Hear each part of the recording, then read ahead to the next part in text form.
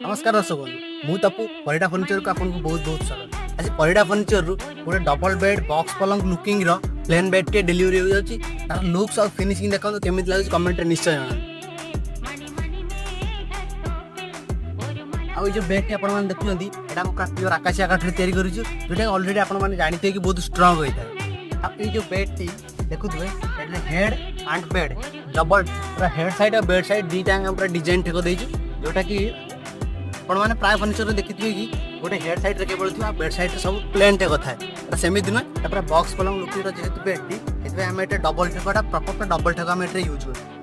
और जो bed tea देखिबा तो जो बेड टी हम काम को काबिन काम उडी होई केते डिटेलिंग बारे काम उडी होई आ केते एक्यूरेसी और काम उडी होई आ ए बेड टी हमें वुडर लग्जरी ट्यूब पॉलिश करछु एटा बहुत दिन लॉन्ग लास्टिंग होता है। जदि बेड टी आपन पसंद आसी तो कमेंट निश्चय जणांतु।